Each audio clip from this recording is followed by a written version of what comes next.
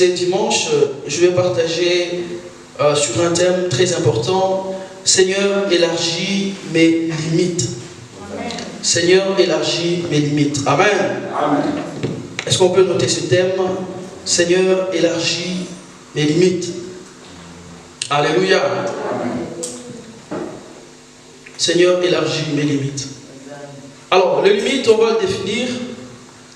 Le limite veut dire augmenter.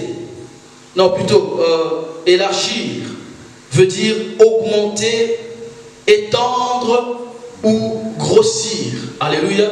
Lorsqu'on parle de l'élargissement, on dit s'étendre, s'épanouir ou grossir. Alléluia. Amen. Ça, c'est élargir. Donc, Nzambe a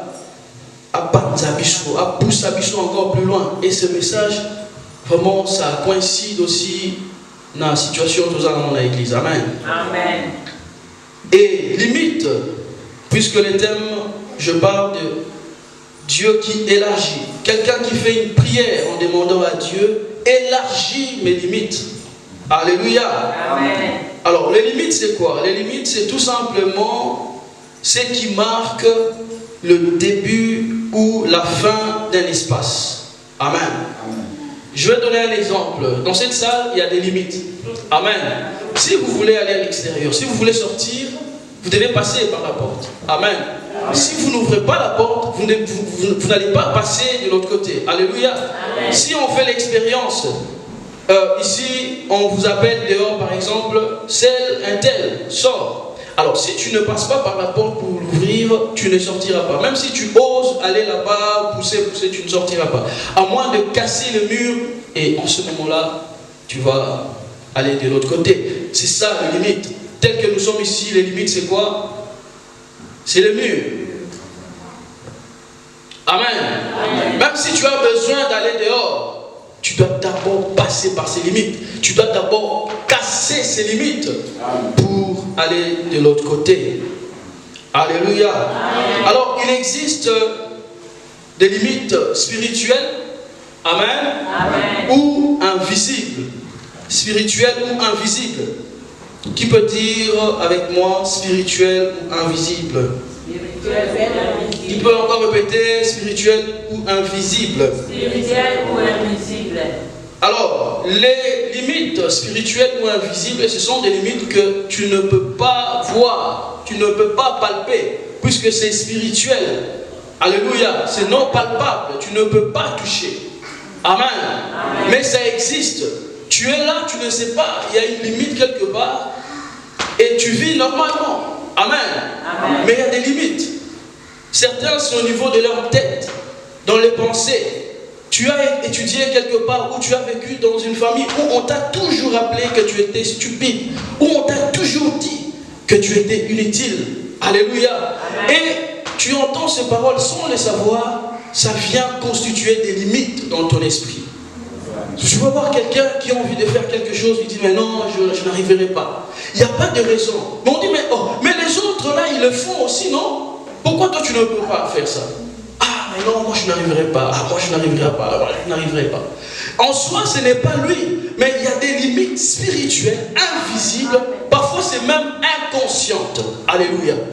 Parfois ces limites sont inconscientes. Tu es là juste limité, tu ne peux pas faire comme les autres. Tu as envie de faire des grandes choses, mais tu ne peux pas. Parce qu'il y a des limites invisibles, il y a des limites spirituelles. Alléluia. Amen.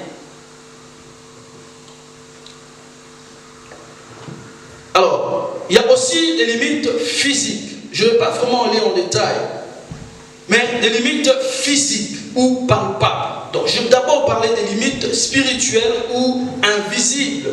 Mais là maintenant, il y a des limites physiques ou palpables. L'exemple que je viens de donner tout à l'heure, les murs. Alléluia, on voit que nous sommes entourés des limites. Qui ne comprend pas?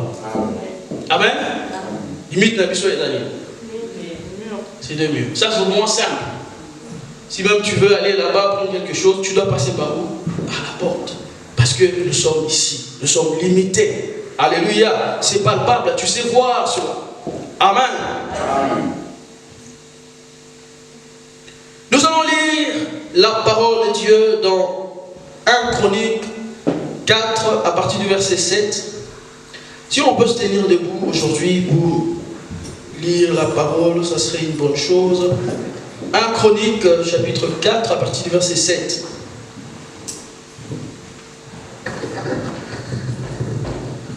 Chronique chapitre 4 à partir du verset 7. Nous lisons au nom de Jésus. Amen. Fils de Éléa, Tseret, Tochat et Ethan. Non, pardon. On peut sauter. On peut lire à partir du verset 9. À partir du verset 9, ok. S'il vous plaît. Jabet était plus considéré que ses frères.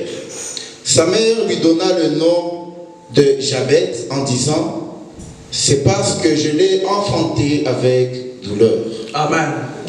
Jabet invoqua le Dieu d'Israël en disant « Si tu me bénis et que tu étends mes limites, si ta main est avec moi et si tu me préserves du malheur, en sorte que je ne sois pas dans la souffrance, et Dieu accorda ce qu'il avait demandé. » On peut lire maintenant Luc chapitre 4 à partir du verset 18 à 19.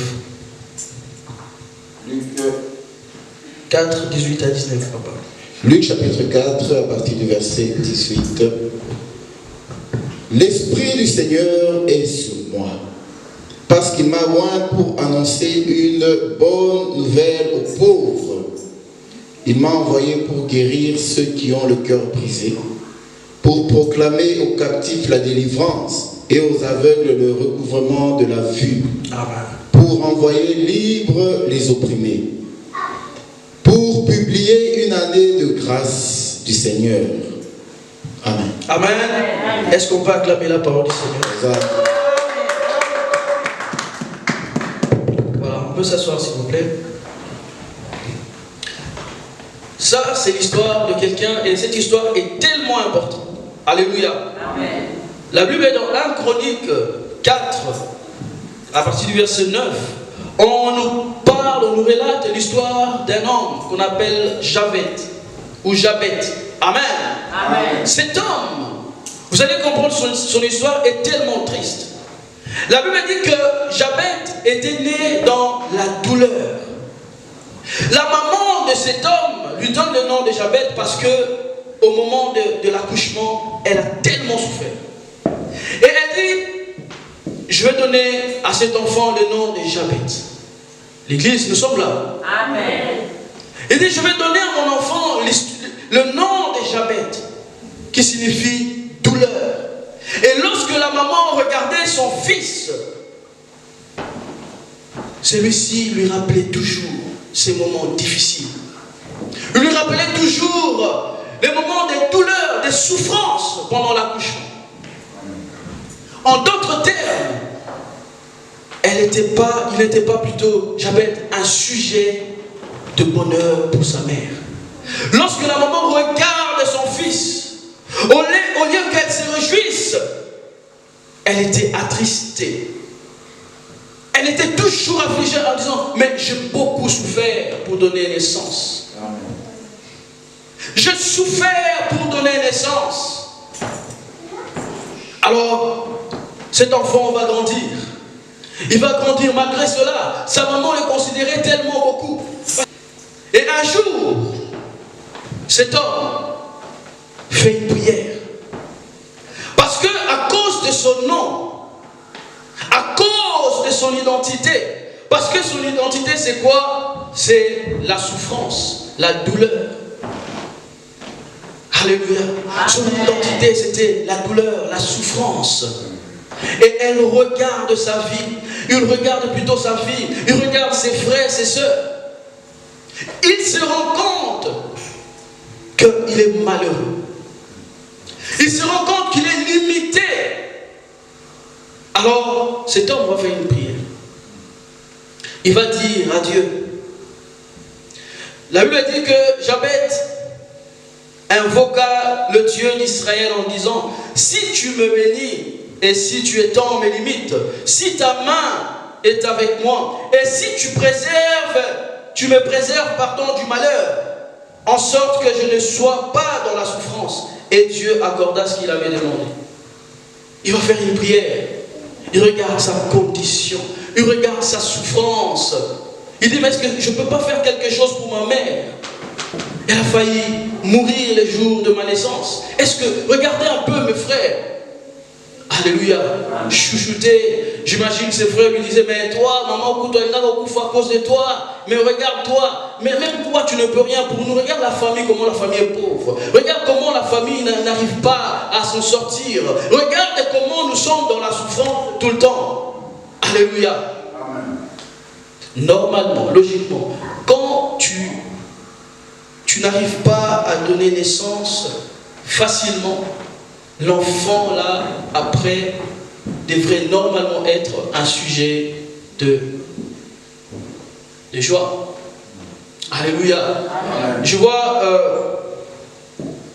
il y a 2 ans, j'ai un frère, au moment où sa femme devait aller accoucher, elle est décédée. On a coupé le ventre, on sort l'enfant. Alors, le jour de sa naissance, lorsque l'enfant a eu 1 an, et ce frère a fait une chanson. Et il parlait. Il parlait. On sentait la douleur, mais on sentait aussi la joie. Parce qu'il avait perdu sa femme. Il a récupéré l'enfant. Mais cet enfant, pour lui, c'est un prince. Alléluia. Cet enfant, pour ses frères, est un prince. Personne ne peut toucher à son enfant. Il a tout ce qu'il veut. Parce qu'il a grandi sans sa maman. Mais cette maman, lorsque elle regardait Jabet, elle avait toujours de mauvais souvenirs. Alléluia. Mais cet homme va faire quelque chose de très important, mes frères et sœurs. Dieu aime des prières précises. Alléluia. Dieu aime des prières précises. C'est pourquoi cette histoire va transformer nos vies. Amen. Bien-aimés dans le Seigneur, chez nous, les Congolais, nous prions beaucoup. On prie et on prie, on prie et on multiplie les prières. Mais nous sommes des fois pauvres. Nous sommes des fois malades, maladroits. Nous sommes des fois vraiment incroyables. Mais les Congolais prient beaucoup. Le chrétien prie beaucoup. Mais parfois nous sommes malheureux. Des fois tu peux passer des moments dans des jeûnes de prière multipliés. Mais ta situation ne change pas. Parce que ta prière manque de précision. Parce que ta prière, parce que avant de commencer à prier, tu dois d'abord savoir pourquoi tu pries. Avant de commencer à invoquer le nom de Dieu, tu dois d'abord être certain. Est-ce que ce que je suis en train de prier et de demander à Dieu, c'est ça que j'ai besoin ou j'ai besoin d'autre chose? C'est que tu demandes à Dieu dans tes prières. Lorsque le Seigneur te regarde, est-ce qu'il dit, tu pries bien parce que tu en as vraiment besoin? Ou Dieu, il entend, mais il n'exauce pas. Alléluia. Je l'ai déjà dit ici, il y a une différence entre entendre et écouter. Écouter, c'est dans l'action. Le Seigneur écoute ta prière, c'est-à-dire, il a exaucé ta prière. Dieu, il entend beaucoup de prières. Surtout les dimanches, Dieu entend des prières. Mais peu de gens sont exaucés. Amen. Alléluia. Parce qu'on prie, nous ne sommes pas précis. Quelqu'un qui n'a pas besoin de se marier va prier, va passer des moments de jeûne pendant 1 an pour demander un mari. Alors que le Seigneur a besoin juste que tu ouvres la bouche et tu demandes, Seigneur, aide-moi à être humble. Et lorsque tu demandes que le Seigneur te rende humble, le Seigneur t'accorde le mariage. Parce que le Seigneur regarde. Si au moment où tu pries et tu demandes un mari, je te donne un mari, tu ne sauras pas prendre soin de lui. Au moment où tu es en train de demander une femme ou les enfants, si le Seigneur t'accorde des enfants, toi-même tu ne sais pas prendre soin de toi. Tu es irresponsable. Dieu n'est pas bête. Les chrétiens sont des ignorants. Souvent nous sommes ignorants. C'est pourquoi on se plaint, on se lamente à chaque fois. Dieu, je prie. D'ailleurs, je n'irai plus à l'église parce que je prie, ma situation ne change pas. Mais quand tu demandes, est-ce que tu es précis? Cet homme savait. Jabet savait que son problème était quoi? Les limites. Et il regarde même son histoire. Puisque si, papa, si vous commencez à partir du verset 1er, vous allez voir, on cite seulement le nom. Et après, on va citer le nom de Jabet avec son histoire. Alléluia. On cite les noms des gens, mais quand on arrive seulement là, on cite le nom de Jabet et on cite aussi son histoire. Alléluia. Parce que son histoire est très importante. Il va invoquer le nom de Dieu. Mes frères et sœurs, soyons précis lorsque nous prions. Soyons précis lorsque nous prions. Si nous voulons que Dieu nous exauce, si nous voulons que notre situation, les conditions changent, nous devons être précis lorsque nous prions. Pourquoi tu pries? Alléluia. Aujourd'hui, les gens prient pour avoir l'onction et dépasser une autre personne. Alors que Dieu te demande juste prie pour que je te remplisse d'amour. Quand tu es rempli d'amour, je te donne l'onction. Parce que l'onction de Dieu nous emmène à servir les autres. Tu ne peux pas servir les autres si tu ne les aimes pas. Amen.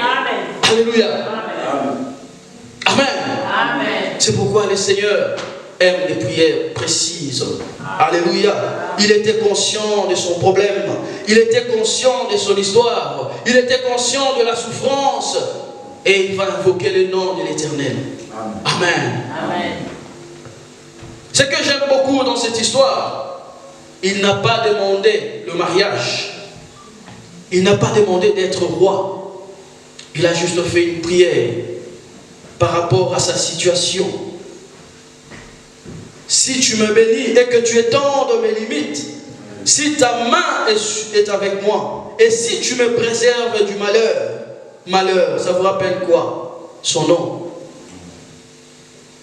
Mes frères et sœurs, des fois les noms que nous donnons aux enfants et tout ça, c'est très important, il ne faut pas négliger. Amen. Amen. Amen. Le nom que tu donnes à ton enfant, il ne faut pas négliger cela. Alléluia. Amen. Le nom est très important. Moi je connais des gens, ils ont changé de nom après 40 ans. Il s'appelait Mapassi, qui veut dire souffrance. Et il le change, il donne un autre nom. Parce qu'il est conscient, il dit, mais non, c'est non. Vous savez, moi, grâce, le nom de grâce, je ne voulais pas. Parce qu'on me disait, mais le nom là, c'est le nom de fille. Mais moi, je vous dis la vérité. Ce que je suis, c'est la grâce de Dieu. C'est que je suis. Un jour, une sœur, on priait avec une sœur, avec beaucoup de gens, hein, ne pensez pas on était seuls, il y avait aussi des gens. Et elle me dit, mais toi tu es vraiment grâce. Amen. Et cette chose, je n'oublierai pas. Tu es vraiment grâce. Parce que dans ma vie, je ne vois que la main de Dieu. Je ne vois que la grâce de Dieu. Je ne vois que cela. Alléluia. Et je ne vais pas entrer dans ma propre famille. Je suis vraiment une grâce. Amen. Amen. Amen. Et je le bénis. Je bénis Dieu. Et je bénis ma mère. Amen. Parce qu'elle a choisi ce nom. Ne négligeons pas, mes frères et sœurs. Même si c'est un moment difficile, où tu es divorcé pendant que ton enfant devait naître, et tu donnes à l'enfant le nom de séparation. Non. Alléluia. Non. C'est séparé. Et ça, le nom suivre, parce que ton nom, c'est ton identité. Lorsqu'on appelle Navik, si on appelle Navik, est-ce que la sœur ici va dire oui? Navik, c'est Navik. Ça veut dire que Navik, c'est son identité.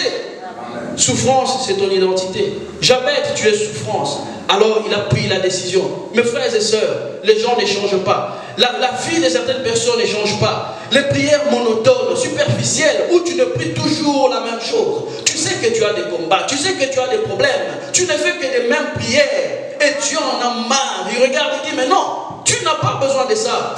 Reste calme. Regarde, quel est vraiment ton problème?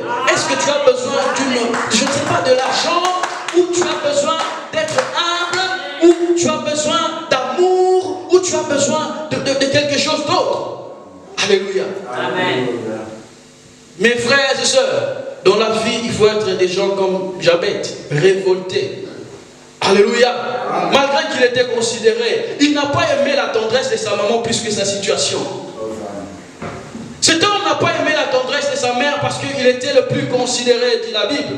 Il n'a pas aimé cela, mais à un moment donné, il voulait que la situation change. Et il a fait une prière avec détermination, avec précision. Souvent, lorsque quelqu'un prie dans la Bible, à la fin il rajoute toujours, si tu me bénis, je te servirai. Nulle part il est écrit ici dans son histoire. Il a juste demandé à Dieu, mes frères et sœurs, Dieu n'est pas une mauvaise personne, il n'est pas avare. Dieu, lorsqu'on demande, il donne vraiment. Mais on doit demander dans sa volonté. On doit demander dans sa volonté, selon la volonté de Dieu. Alléluia. Cet homme n'a pas dit, Seigneur, si tu me bénis, si tu étends mes limites, je te servirai. Il n'a pas dit cela. Mais le Seigneur regarde, ah ok d'accord, il est conscient de sa situation. 2, il s'est révolté. 3, précision, il prie et il demande des choses qu'il avait vraiment besoin. Si quelqu'un entend cette prière, ta vie changera. Ma vie changera. On ne priera pas n'importe comment, mes frères et sœurs. Il y a des gens, même pendant qu'on dit, on va demander pardon. Seigneur, pardonne-nous. Nous sommes des pécheurs. Non, Seigneur, pardonne-moi. Je suis un pécheur. Je fais telle chose hier. Aujourd'hui, ce matin, en me réveillant, je dis telle parole à l'autre. Ça, c'est une précision. Est-ce que l'Église est en train de comprendre ce message? Ça, c'est une précision. Ce n'est pas que Dieu ne comprend pas et il ne sait pas. Dieu sait. Mais il veut regarder si tu connais vraiment ton état. Si tu es au courant de ton problème. Alléluia. Parce que si Dieu, toi tu demandes le mariage, Dieu savait que tu avais besoin de l'argent. Il te donne de l'argent. Tu vas dire, ah ben ouais, mais c'est un coup de chance. Non, non, non, non. Dieu veut que tu demandes quelque chose. Et quand il le fait, tu sais que c'est Dieu parce que tu l'as demandé à... Amen. De force de multiplier de belles paroles que nous sommes exaucés. Matthieu 6, 7. Ce n'est pas parce qu'on multiplie les paroles. Ce n'est pas parce qu'on s'enferme quelque part. Seigneur, pardonne-moi. Seigneur, tu dis beaucoup de choses. Même Dieu, il était en train de noter. Mais qu'est-ce qu'il a encore dit là devant? Parce que tu pries. Parce que tu pries seulement. Tu pries. On t'a appris à prier. Ça veut dire prier, c'est parler. Demander beaucoup de choses. Un jour, on était en Afrique. C'était un moment de jeûne et prière. Je n'oublierai pas. Le pasteur, j'ai grandi avec le cousin. Et le pasteur a demandé à mon cousin qui était, je crois, devant. Ça va s'éloigner. Ami, je vais avoir beaucoup d'argent. Maintenant, ça riche. Le pasteur lui dit, à ton âge, si Dieu te donne de l'argent, oh ça non. Il était étonné, il me dit, ah mais grâce, comment le pasteur me dit ça? Mais à l'époque, c'était la vérité. Il avait que, je crois, 15 ans ou 16 ans. Son temps m'appelle ça qui est bon. À moi, ça on a 15 ans, on a 16 ans. Perdu. À qui même église. Un businessman. Il commence à voyager, à faire des choses. Il laisse. Il n'a plus de contrôle. Par voler, moto, à moi sikuna, à et le pasteur là avait raison. Il n'a pas menti mon cousin, mais il a dit la vérité. Est-ce que lui il avait besoin de l'argent à ce moment-là? Je ne pense pas. C'est maintenant, puisqu'il a peut-être 39 ans ou 38 ans. Là, il en a besoin. Là, il peut demander en disant, Seigneur, regardez ma situation. Regardez une prière qu'il peut faire. Regarde ma situation, je grandis. Tu as dit que l'homme quittera la maison de son père, il s'attachera à sa femme. Je suis encore célibataire, accorde-moi une femme et l'argent pour prendre soin de ma famille. Là, c'est une précision. Et ça correspond à la situation. Est-ce qu'on peut acclamer la parole? 3 choses à retenir. Il s'est révolté. Jabet. 2. Il était conscient de son état. 3. Il a fait une prière de précision. Mon frère, ma soeur, connais-tu ton problème? Alléluia. Amen. Frère, grâce. Est-ce qu'il y a un problème là? Amen. Est-ce que tu peux dire à un voisin, voisine, connais-tu ton problème? Est-ce que tu peux encore le dire? Connais-tu ton problème? Alléluia. On va lire Marc 10. Marc chapitre 10. À partir du verset 46. L'évangile de Marc, chapitre 10, à partir du verset 46. Nous lisons au nom de Jésus. Ils arrivèrent à Jéricho, et lorsque Jésus en sortit, avec ses disciples, et une assez grande foule, le fils de Timée, Bartimée, mendiant, aveugle, était assis au bord du chemin. Il entendit que c'était Jésus de Nazareth et il se mit à crier, « Fils de David, Jésus, aie pitié de moi. » Plusieurs le reprenaient pour le faire taire, mais il criait beaucoup plus fort, « Fils de David, aie pitié de moi. » Jésus s'arrêta et dit, « Appelez-le. » Ils appelèrent l'aveugle en lui disant, « Prends courage, lève-toi, il t'appelle. » L'aveugle jeta son manteau et, se levant d'un bond, vint vers Jésus. Jésus, prenant la parole, lui dit, « Que veux-tu que je te fasse ?» Rabouni, lui répondit l'aveugle, « Que je recouvre la vue. » Et Jésus lui dit, « Va, ta foi t'a sauvé. » Aussitôt, il recouvra la vue et il suivit Jésus dans le chemin. Amen. Amen. Est-ce qu'on peut acclamer cette belle parole? Amen. Est-ce que l'Église peut acclamer cette belle parole? Amen, amen. Nous connaissons cette histoire. Nous connaissons l'histoire de Bartimée. Et cet homme, son nom en araméen veut dire honneur. Alléluia. Amen. Veut dire honneur. Bartimée veut dire fils de Timée. Alors, si on regarde bien son nom, qui veut dire honneur, et il est fils de Timée. Timée qui veut dire honneur. Hein? Ça veut dire que son père était un homme riche, certainement. C'était un homme estimé dans son entourage, dans sa ville ou dans son pays. Alléluia. Et bien cet homme qui était appelé à être un homme grand. Amen. Est-ce que nous sommes là? Amen.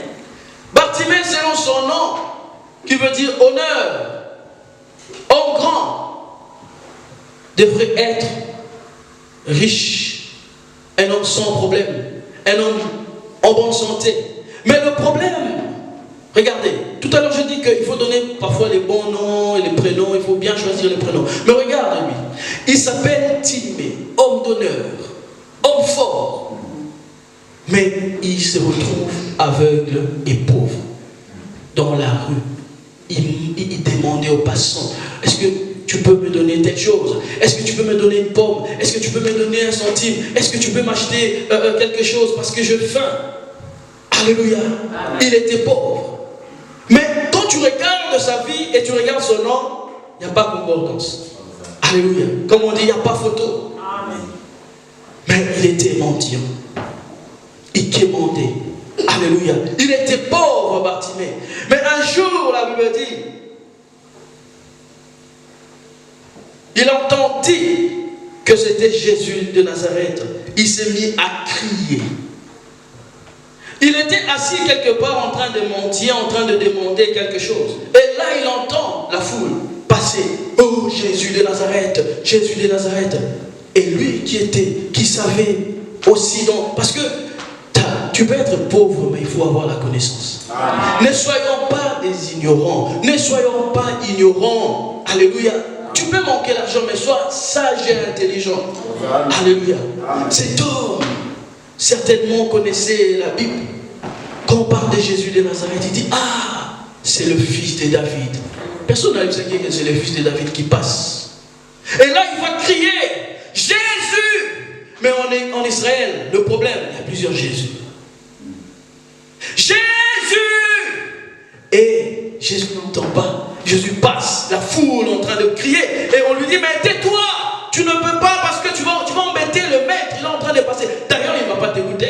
Il ouvre ton âme, ta salité pour être aveugle. Comment il va te regarder même? Tu es aveugle. Lui, il va rencontrer, je ne sais pas, un ministre. Tais-toi, c'est bon. Tais-toi, reste là. Mais tu as besoin d'ailleurs, tu as besoin de quoi? 1 euro. Tiens, allez, tais-toi. Mais non! Lui dit, mais non! Mais toi, tu me donnes l'argent, mon nom veut dire homme grand. Mais regarde ma condition, je suis aveugle, je manque de l'argent. Moi, je suis un homme grand. Jésus! Et il rajoute dans la précision, fils de David.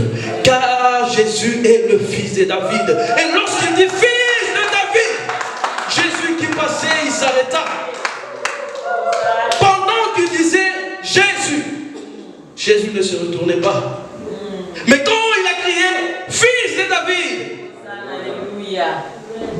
dans la révélation, dans la précision, mes frères, soyons des chrétiens précis, remplis du Saint-Esprit. Quand tu pries, l'Esprit t'aide à prier, et quand tu pries, ta prière ne rate jamais. Amen.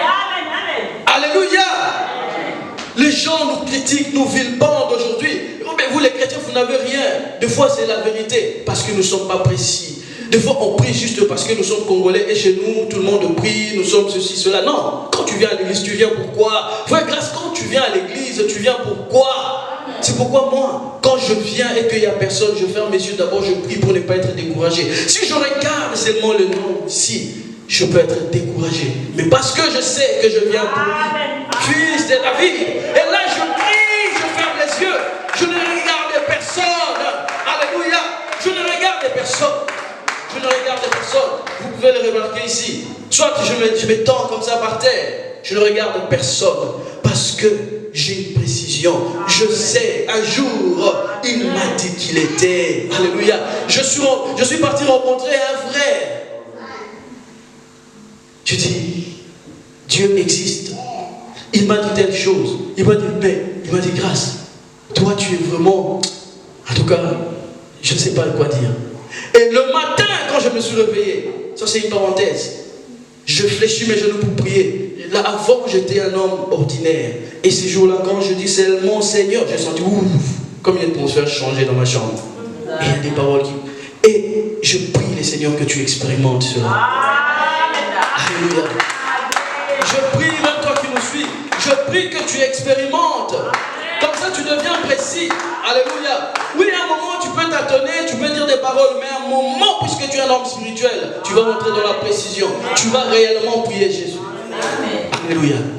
Aujourd'hui, on vient à l'église, tu t'es chamaillé quelque part, tu as insulté, tu viens à l'église. Mais si tu es un homme qui marche dans la précision, qu'est-ce que le Seigneur a dit? Quand tu as un problème avec un frère, ne prie pas, il n'a pas besoin de ta prière. Quand tu as besoin de prier, tu te rappelles seulement que quelqu'un a besoin de toi. Tu pardonnes d'abord dans ton cœur. C'est vrai, tu ne vas pas quitter l'église pour aller d'abord te réconcilier, mais dans ton cœur, tu pardonnes. Tu pardonnes cette personne dans ton cœur.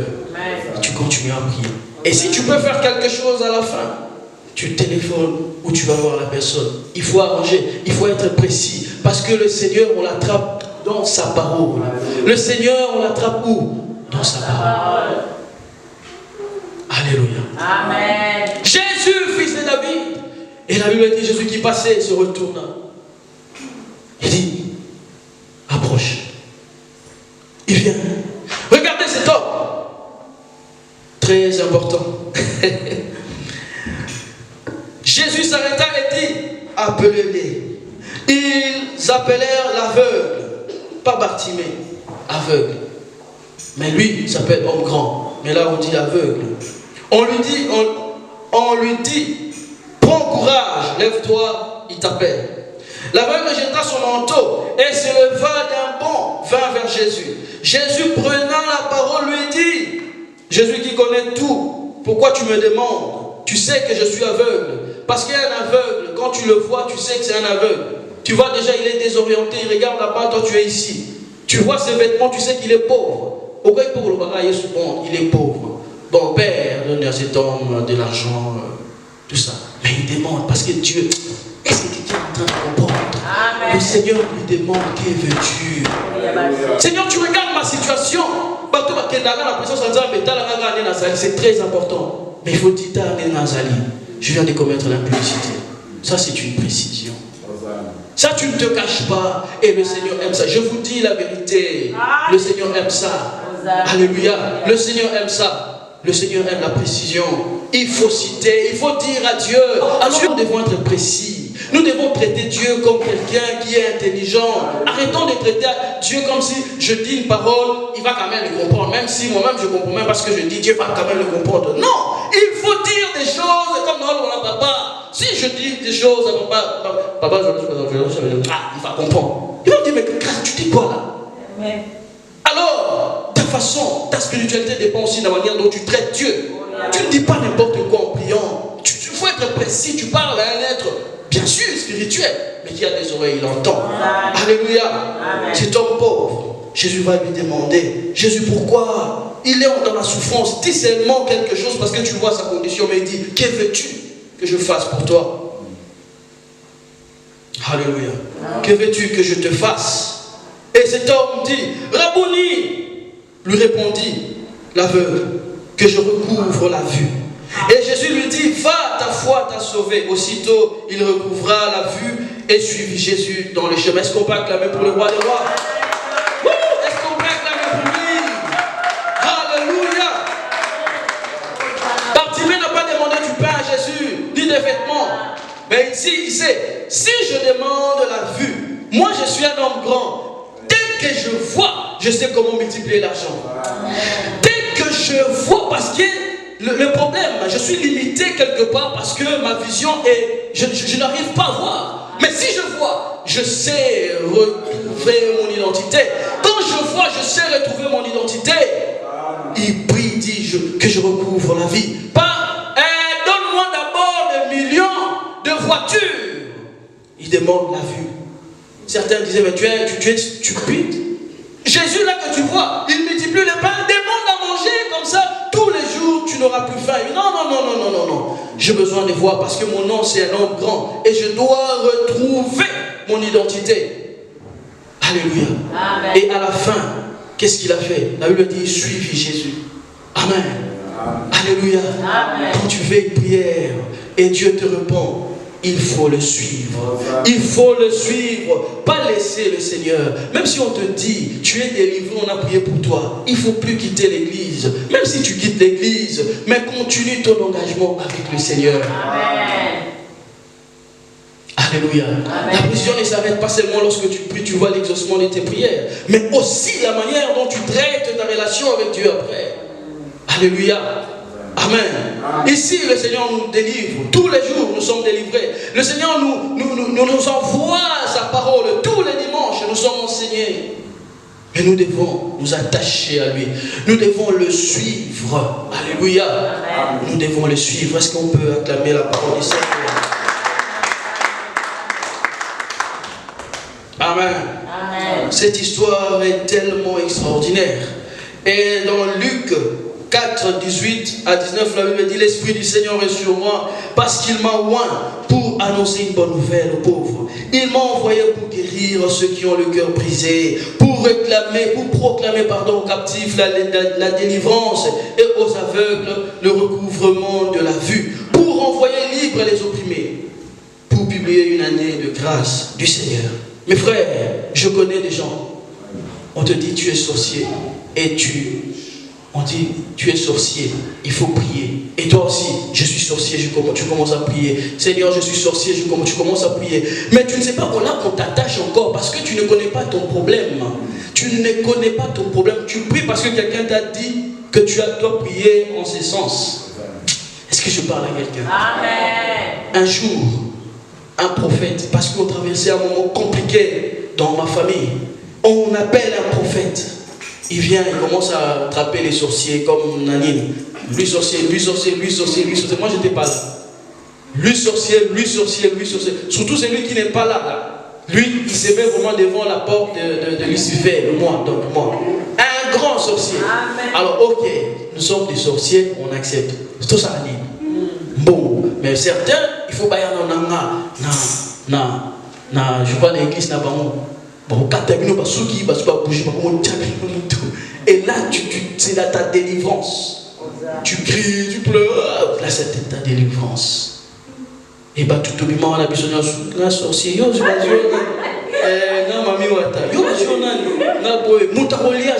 tristesse. Et bah, parents comme on va bien ça qui va la société. Donc, ça veut dire que qu'on maltraite tes bisous encore. C'est triste. Yo, tu as santé un tel. Eh, maman, tu as vu son collant en avant. L'ipane, on a coupé ça, on a soudé. Quand les communes, tu vas me dire, yo, tu as gagné.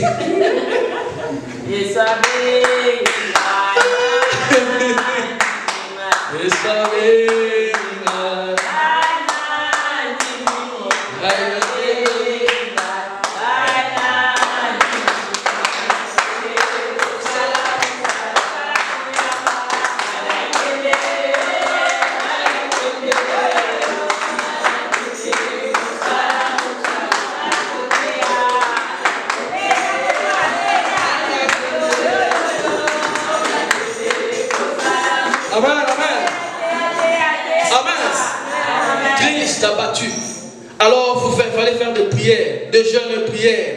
Mais on réfléchit, mais qui d'aucuns d'abord, bon, moi je suis sorcier, sorcier. Comment on fait la prière? On commence maintenant à faire des prières inutiles et stupides, des jeûnes interminables, des prières. Certains fouillaient maintenant la maison. Certains fouillaient la maison. Alléluia. Et pendant que maman était ici en Europe, elle n'était pas au courant. Là-bas, on était des sorciers. Tu sais même pas, tu n'as jamais vu que tu es en train de voler, mais on te dit que tu es sorcier. C'est pourquoi je dis, la prière doit être précise. Tu dois comprendre et faire une prière intelligente. Je demande à Dieu ce que j'ai vraiment besoin. Amen. Ma prière correspond à ma situation. Et cette prière ne rate jamais. On a fait des prières comme ça tous les jours. Des sorciers, des jeunes. On prend certains qu'on disait ils sont vraiment les piliers de la sorcellerie. Chez un autre pasteur que je ne vais pas citer le nom, et ils vont partir là-bas pour les délivrer de la délivrance. Et nous autres, les petits ou les grands sorciers, on était en train de se lamenter, tourner à la maison. Bartimée, que veux-tu que je fasse pour toi? Je vois la vie, la précision. Mes frères et sœurs, les limites sont réelles. Les limites sont réelles. Des fois, ça vient des autres. On t'impose des limites. La famille, tes parents, on t'a toujours critiqué. Tu n'es pas belle, tu n'es pas beau, tu es ceci, cela. Ça crée des limites. Mais quand tu vois ta vie n'avance pas, propose, réfléchis. Quand tu réfléchis, tu sais que ma vie n'avance pas parce que je crois que j'ai des limites. On m'a dit ceci, cela, et tout ça. Ok, tu fais la prière. Cette prière ne va jamais rater. Cette prière ne ratera jamais. On t'a toujours utilisé, t'écraser. On veut toujours t'écraser. Et toi, tu commences à penser que tu es le pilier de la famille parce que tu portes les fardeaux des autres. Oh, c'est la servitude. Oh, on veut t'écraser vraiment en disant, mais ok, d'accord, nous on peut faire nos choses, mais toi, tu vas nous aider. Moi, je sors, je te laisse l'enfant. Parce que toi, tu t'occupes bien d'enfant. Prends 500 €, toi, tu restes avec mes enfants. Non! On est en train de te limiter, mes frères et sœurs. Aider, c'est bien. Mais ton identité, c'est quoi? C'est seulement aider les autres. Être toujours derrière les autres. Ou tu veux aller de l'avant et vivre ton identité. Être un homme de Dieu de prière. On t'a toujours sous-estimé. Toi, tu n'es pas un homme de Dieu. Aventurier, on te connaît. On te connaît. Tu es aventurier. D'ailleurs, dans notre famille, personne n'est homme de Dieu. Mais pourquoi toi déjà, homme de Dieu? On va prier pour la nourriture. Puis seulement, tout ça. Parce qu'on ne te respecte pas. Alors, il faut faire une prière. Une prière avec précision. Et cette prière ne ratera jamais. Les limites, il faut les briser. Soyons comme cet homme Jabez, révolté. Mais non, trop c'est trop. Trop c'est trop. Dans ma famille, c'est toujours la même chose. Dans ma famille, c'est toujours comme ça, c'est toujours comme ça, c'est toujours comme ça. Dans ma famille, il faut que ça se passe. On commence là, on finit toujours ici. Non! Moi, ça doit finir. Ce n'est pas normal, ça doit finir, ça doit finir. Mes frères et sœurs, je vais finir. Je me suis réveillé le matin et je réfléchis. Je dis, je grandis avec beaucoup d'amis. Et on disait beaucoup de choses. On disait, moi je vais épouser une blanche, moi j'aurai mon bureau à Paris. Alors qu'on tchatchait l'école, on fouillait l'école. On avait des rêves. On se disait, moi je vais être ceci, moi. Et à l'époque, dans les années passées, au Congo, on donnait des panneaux comme ça où on met des fruits. Par exemple, il y a une belle photo des fruits, des pommes, mais très classe, très bien. Avec des amis, on se disait toujours, ouais, ça c'est ma maison, c'est vrai comme ça, et on aura des fruits, on va manger comme ça, comme ça. Et aujourd'hui, quand je regarde mes amis, je dis, je suis une grâce. Alléluia. Je suis une grâce.